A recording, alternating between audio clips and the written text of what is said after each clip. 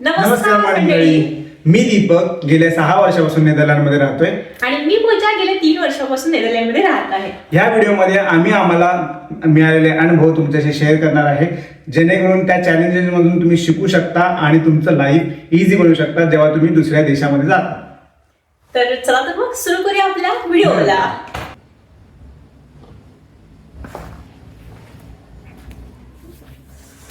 तर मंडळी, सध्या चालू आहे विंटर आणि विंटरमध्ये खरंच खूप थंडी असते. आणि आता तुम्ही काही दिवसांपूर्वी बघितला इथं किती स्नो झालेला होता. आणि हा जो स्नो आहे ना, हा 10 वर्षांनंतर इतका स्नो झालेला होता. म्हणजे कसं, बाकी युरोपियन कंट्रीज आहेत ना, तिथं जर तुम्ही बघितला तर बऱ्यापैकी स्नो होतो, पण इथं नेदरलँडमध्ये असं काही नाही आहे. कधी कधी स्नो होतो, म्हणजे कुठल्या वर्षी स्नो होतो, कुठल्या वर्षी होत नाही. गेल्या वर्षी जर बघितला तर इथं काहीही स्नो झालेला नव्हता, तेवढाच बारीक बारीक होता, पण ह्या वेळेसारखा अजिबात झालेला नव्हता. तर इथलं जे वेदर आहे ना, ते इथं ॲक्च्युली 4 सीझन असतात. ते म्हणजे स्प्रिंग असतो, समर असतो, ऑटम असतो आणि विंटर असतो. आणि त्याच्यानुसार त्यांचं टेम्परेचर चेंज होत असतं. आणि रेनचं जर बोलायचं असेल तर म्हणजे पूर्ण वर्षभर पावसात चालूच असतो. कधी पाऊस येईल, कधी जाईल, काहीही सांगता येत नाही. इव्हन समरमध्ये पण पाऊस येतो. त्यामुळे आपल्याला जॅकेट सोबत बाळगणं हे खूपच महत्त्वाचं आहे, कारण कधी पाऊस येईल काहीही सांगता येत नाही. त्यामुळे इकडचे जे लोक आहे ना, हे कंटिन्युअस म्हणजे आपले जे जॅकेट आहे ना, हे सोबत ठेवतात. इथलं जर टेम्परेचरबद्दल जर बोलायचं म्हटलं तर पूर्ण वर्षभरात 10 डिग्री टेम्परेचर असतं. हे ॲव्हरेज टेम्परेचर आहे. आणि जर समरमध्ये तुम्ही म्हटला तर 25-26 एवढं टेम्परेचर इथं असतं समरमध्ये. तर असं आहे इथलं वेदर. बरं मित्रांनो, दुसरा असं चॅलेंज आहे की आपण इंडियामध्ये असताना कोणतेही काम आपण जास्त करत नाही, जास्त कामामध्ये इन्व्हॉल्व होत नाही. आपल्याकडे भरपूर अशा सोयी असतात, मेळ असतात आणि ह्या सगळ्या गोष्टी एकदम स्वस्त दरात मिळून जातात. पण इथे हे शक्य नाही आहे फॉरेन कंट्रीजमध्ये, अब्रॉडमध्ये आल्यानंतर. त्यामुळे आपल्याला सगळं कामं हे स्वतःच्या हातानेच करायला पाहिजे. घरातली कामं असो किंवा घर मेंटेन करण्याची कामं असो, आपल्याला स्वतःच करायचं असतं. आणि जर आपण दुसऱ्याला द्यायला लागलो तर ते खूप पैसा घेतात आणि पैसा द्यायचा तो द्यायचा. आणि अपॉइंटमेंटसाठी म्हणजे 3-3 महिने, 4-4 महिने अपॉइंटमेंट. जर आपल्याला बाथरूम रिनोव्हेट करायचं असेल तर 4-4, 6-6 महिन्याची वेटिंग लिस्ट आहे. मग काय करायचं ह्या गोष्टीमध्ये? मग आपण स्वतः शिकायचं आणि स्वतःच करायचं. मित्रांनो, असं जरी असलं ना, आपल्याला अनेक गोष्टी शिकायला मिळतात. आता फॉर एक्झाम्पल, आमचं एक घरामध्ये पेज केली होती, लाईट बंद झाली होती पूर्ण ग्राउंड फ्लोअरची. तर त्यासाठी ना मी यूट्यूबचे व्हिडिओ बघितले. आणि कारण हे वेगळ्या पद्धतीचे फेजेस लावलेले आहेत. इंडियामध्ये जे आपण लावतो तसे नाही आहेत. त्यामुळे आपल्याला, आणि ते घरात असले पण पाहिजेत ना. तर मग मी मला फोन केला रिव्हियस ओनरला आणि त्यांनी मला सांगितलं की तिथे हे आहे, ते फक्त तुला हे करायचं आहे. तर मग अशा पद्धतीने नवीन गोष्टी आपण शिकू लागतो आणि त्यातून आपण घडतो देखील. गोष्ट ती म्हणजे जेव्हा तुम्ही इथं येता तेव्हा सगळ्यात आधी तुम्हाला पाहायला मिळतं ते म्हणजे डच लोक असतात, ते खूपच डायरेक्ट असतात. हो, मग त्यामुळे काय वाटू शकतं आपल्याला की ते थोडेसे रूढ आहेत असं आपल्याला वाटू शकतं. पण असं काही नाही आहे. ते रूढ नसतात, तर ते फक्त डायरेक्ट असतात. त्यांना काय म्हणायचं ते डायरेक्टपणे म्हणून ते मोकळं होतात. म्हणजे आपल्याकडे इंडियामध्ये कसं असतं की आपल्याला कुणाला म्हणजे दुखवायचं नसतं म्हणून आपण फिरवून असं गोष्टी बोलतो, जेणेकरून त्यांच्यापर्यंत ते पोचावं म्हणून. पण इथं काही नाही, त्यांना जे म्हणायचं असतं ते डायरेक्ट म्हणून मोकळे होतात. बरोबर. आणि दुसरी गोष्ट म्हणजे पंच्युअलिटी. आपण पंच्युअलिटीच्या बाबतीत किती फ्लेक्झिबल असतो आपण इंडियन, ते आपल्याला माहीतच आहे. पण डचमध्ये हे असं चालत नाही. जर आपली अपॉइंटमेंट असेल डॉक्टरकडे 1-1:30ची, 1 वाजताची, तर आपण 1:15ला किंवा 1:05ला जरी पोचलो तरी पण ते एंटरटेन करत नाही. ते म्हणतात की नेक्स्ट अपॉइंटमेंटला या. त्यामुळे पंच्युअलिटी खूप महत्त्व दिलं जातं. त्यामुळे दिलेल्या वेळेनुसारच आपल्याला जावं लागतं. 5 मिनिटं अगोदर जा, पण 5 मिनिटं नंतर जाऊन चालत नाही, हेही बरोबर.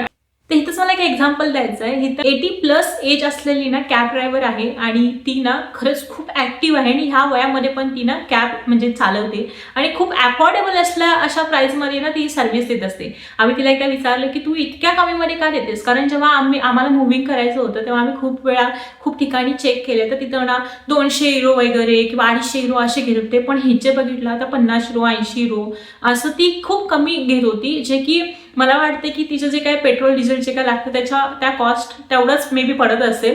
तर एवढं. तर ती काय म्हणाली, ती म्हणाली की नाही, मी हे कामासाठी, पैसा कमवण्यासाठी म्हणून नाही करत, तर मला स्वतःला ॲक्टिव्ह ठेवायचं आहे म्हणून मी हे काम करते असं. आणि एकदा मला आठवतंय आपलं मुव्हिंग होतं आणि ती ना आम्ही तिला सांगितलेलं की तुला 6ला यायचं आहे आणि ती 5 वाजल्यापासून 6 वाजेपर्यंत 1 तास थांबलेली आणि तिने आम्हाला सांगितलं पण नाही की मी इथं वेट करते तुमचा आणि तुम्ही याल का म्हणून.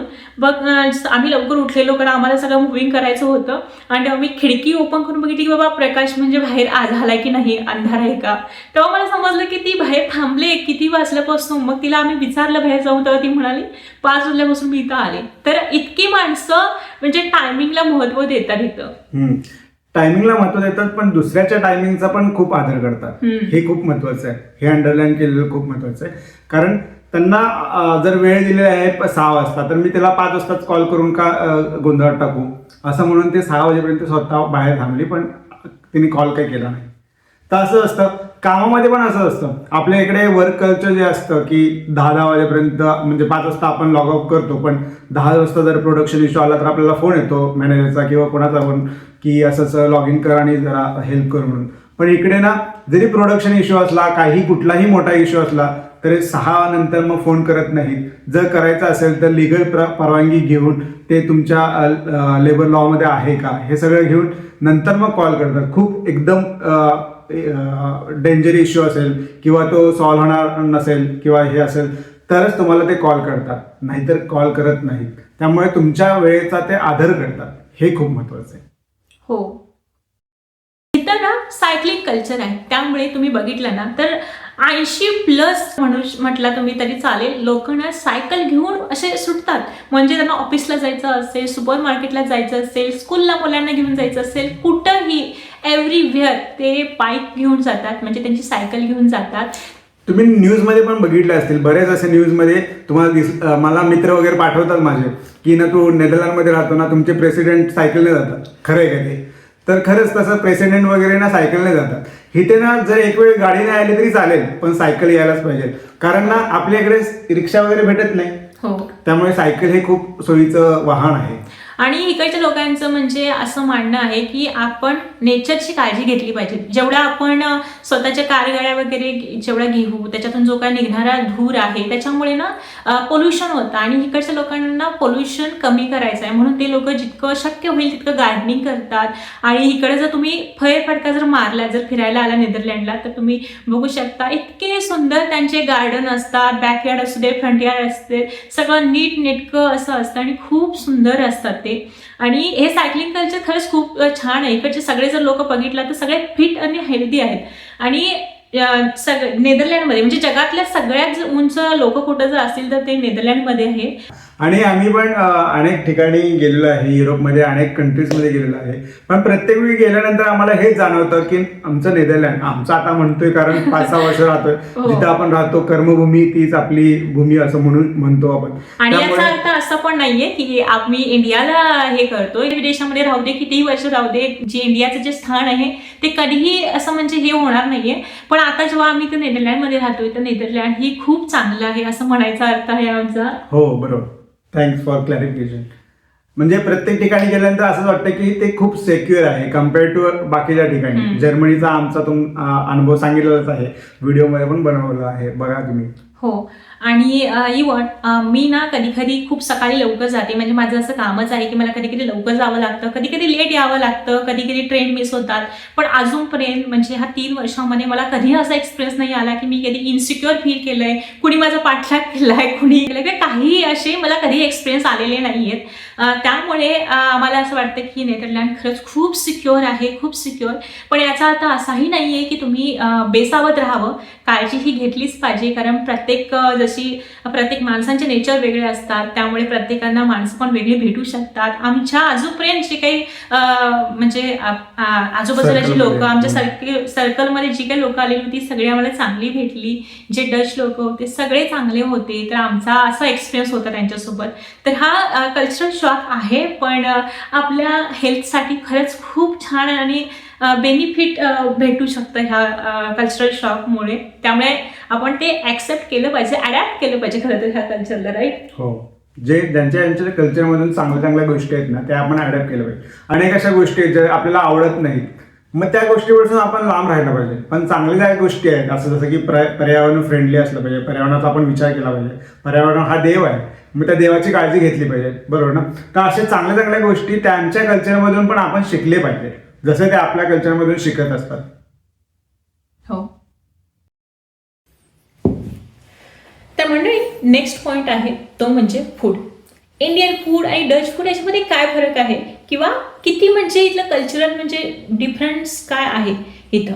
तर तो म्हणजे आपलं इंडियामधलं जे फूड असतं ते कसं असतं, भात असतो, भाजी असते, आमटी असते, भाकरी किंवा चपाती, असं सगळं ना हे असतं, मिक्स असतं. आणि आपण हे डेली रोज प्रिपेअर करतो, रोज खातो आणि आपल्याला त्याचा काही कंटाळा नसतो.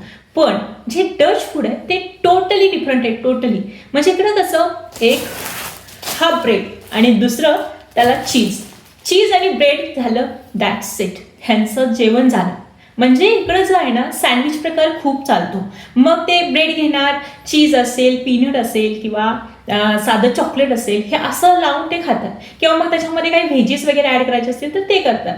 तर नेदरलँडमध्ये स्पेशली सँडविच खूप म्हणजे फेमस आहे आणि हे ज्यांचं फूड आहे तर हे इकडचे लोक तेच खातात. तर मला अजून एक पॉईंट मंडळी इथं ॲड करायचा आहे, तो म्हणजे आता जसं की माझे mister J work from home करतात, तर ह्यांचं काय होतं, कधी कधी मी कामाला जाते, मग मला वेळ मिळत नाही, मग त्यांना स्वतःलाच मग ते फूड प्रिपेअर करावं लागतं. आणि जे एक्सपिरियन्स नाहीत माणसं त्यांना वेळ लागतो, मग अर्ध्या तासापेक्षा जास्त वेळ लागू शकतो, 1 तास लागू शकतो. आणि ह्याच्यामध्ये काय होतं की त्यांचा जो लंच जो ब्रेक असतो तो संपून जातो आणि त्याच्यामध्येच पूर्ण वेळ जातो. पण ॲज कम्पेअर टू इंडियन जे डच असतात ते त्यांना खूपच कमी वेळ लागतो. त्यांचं काही नाही, फक्त ब्रेड घ्या, चीज घ्या, ॲड करा, खावा, झाला. हार्डली 10-15 मिनिटं लागतात त्यांना ते पूर्ण संपवायला. आणि हे लोक ना त्यांचं जेवण वगैरे झाल्यानंतर वॉकला जातात, बाहेर फिरून येतात. आणि हे आमचे जे इंडियन असतात हे फक्त जेवणामध्येच असतात. म्हणजे हे पण एक खूप मोठे चॅलेंज आहे की तुम्ही म्हणजे इथलं जे कल्चर आहे किती अडॅप्ट करता. म्हणजे असं नाही व्हायचं पाठिंबे म्हणजे आपलं इंडियन कल्चर हे, म्हणजे आम्ही तर खूप म्हणजे शौकीन आहोत खाण्याचे आणि इंडियन फूड खूपच आवडतं, त्याचं असं काही आम्ही हे करत नाहीये. पण विषय हा आहे की टाइम खूप लागतो इथं आणि तिकडं खूप टाइम सेव्ह होतो. पॉईंट असा आहे की डेलाईट सेव्हिंग हा प्रकार इंडियामध्ये नाहीये, पण युरोप, US या बऱ्याच कंट्रीजमध्ये आहे. ज्याच्यामध्ये काय होतं की हिवाळ्यामध्ये दिवस हा छोटा होतो आणि रात्रही मोठी असते, त्यामुळे सूर्यप्रकाश खूप कमी वेळात दिसतो. फॉर एक्झाम्पल, जेव्हा आपण ऑफिसला जातो 8 वाजता, आपण ऑफिसला जातो, शाळेला जातात लोक, पोरं, तेव्हा ना अंधारच असतो. घरी जेव्हा येतात 5 वाजता, 4 वाजता, कारण 4 वाजता सूर्यास्त होते आणि त्यामुळे अंधारामध्येच ते रिटर्न येतात. उन्हाळ्यामध्ये कसं होतं की दिवस हा मोठा असतो, म्हणजे सकाळी 4 वाजता उजाडलेला असतं आणि रात्री 10-11 वाजेपर्यंत सूर्यप्रकाश असतो. त्यामुळे ना मनात, आता हल्लीच माझे 2023 मध्ये माझे आईवडील आले होते आणि त्यांनी हा एक्सपिरियन्स घेतला, कारण इंडियामध्ये साधारणतः 7-8 वाजता अंधार होऊन जातो आणि हे नॉर्मल असतं, पूर्ण वर्षभर आपलं तेच पॅटर्न असतं. एक हिवाळ्यात एक अर्धा तास पुढे मागे होतो, पण तो नोटिसेबल नसतो. पण इथे ते नोटीस होतं का, कारण हिवाळ्यामध्ये 4 वाजता अंधार होतो आणि उन्हाळ्यामध्ये तो 11 वाजता अंधार होतो. बघा किती डिफरन्स आहे. आणि ते ना शरीराला थोडं कन्फ्यूज करत असतं, कारण आपलं साधारणतः आपण इंडियामध्ये असताना किंवा 10 वाजता आपण अपेक्षा करतो की अंधार व्हावा आणि आपण झोपी जावं, बरोबर ना. आणि 4 वाजता म्हणजे सकाळी 7 वाजता आपण उठतो जेव्हा सूर्यप्रकाश येतो. इथे 4 वाजता सकाळी पहाट होऊन जाते, तेव्हा ना माणसाची झोप ही कमी होऊन जाते. पण एकदा काय सवय झाली ना तर तुम्ही युज टू होऊन जाता. हे फक्त ऋतू जेव्हा चेंज होतात ना तेव्हा आपण हे व्लॉग कसा वाटला, तुम्हाला अजून काही चॅलेंजेस आले आहेत आणि जे आम्ही सांगितले नाहीत ते तुम्ही कमेंटमध्ये सांगू शकता, जेणेकरून दुसऱ्यांना त्याचा फायदा होईल. तर मंडळी, भेटूया सिरीज 2 मध्ये. जर तुम्ही आपल्या चॅनलला सबस्क्राईब केला नसेल तर नक्की सबस्क्राईब करा. चला तर मग भेटूया पुढच्या व्हिडिओमध्ये. आणि हा व्हिडिओ पूर्ण बघण्यासाठी खरंच मनापासून खूप खूप धन्यवाद. Bye bye.